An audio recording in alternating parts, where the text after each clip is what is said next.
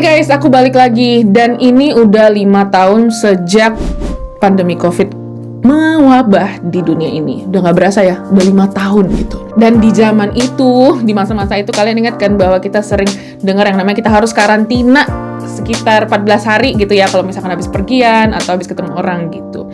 Teman-teman tahu gak sih awal mula karantina itu berasal dari mana?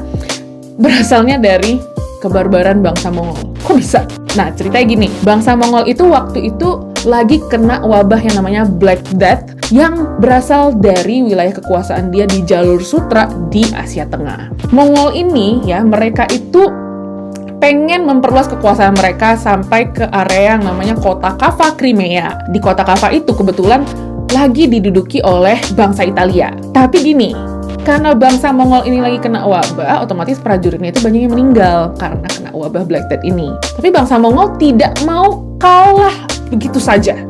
Mereka itu maunya, ya gue kalah, lu juga nggak boleh nempatin tempat itu. Akhirnya yang mereka lakukan adalah mereka memasukkan mayat-mayat prajurit yang kena wabah ini, yang udah meninggal ini, ke dalam alat yang namanya katapult. Katapult ini biasanya dipakai untuk ngelemparin batu-batu untuk ya meruntuhkan bangunan gitu misalkan. Jadi mereka masukin mayat-mayat yang udah kena wabah ini, terus mereka lempar ke area Cava Crimea ini, sehingga orang-orang kena lah wabahnya. Berhubung mereka itu nggak mau kena wabah, otomatis mereka lari lah, si warga-warga yang masih tersisa itu dari Cava Crimea itu lari balik ke Italia. Tapi yang namanya wabah ya, mereka udah kena, ya udah akhirnya menyebar lah wabah itu sampai sepertiga Eropa tuh katanya mati gara-gara wabah Black Death ini. Nah, gara-gara kejadian itu, bangsa Italia itu memberlakukan sebuah peraturan baru yang kalau misalkan kapal mau masuk ke area Italia, mereka tuh nggak boleh langsung turun langsung gitu loh, nggak boleh.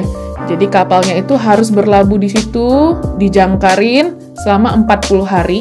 Dan istilahnya adalah quaranta giorni di bahasa Italia. Kata-kata quaranta giorni inilah yang diserap oleh bahasa Inggris menjadi quarantine. Dan akhirnya kita menggunakan kata-kata itu menjadi karantina.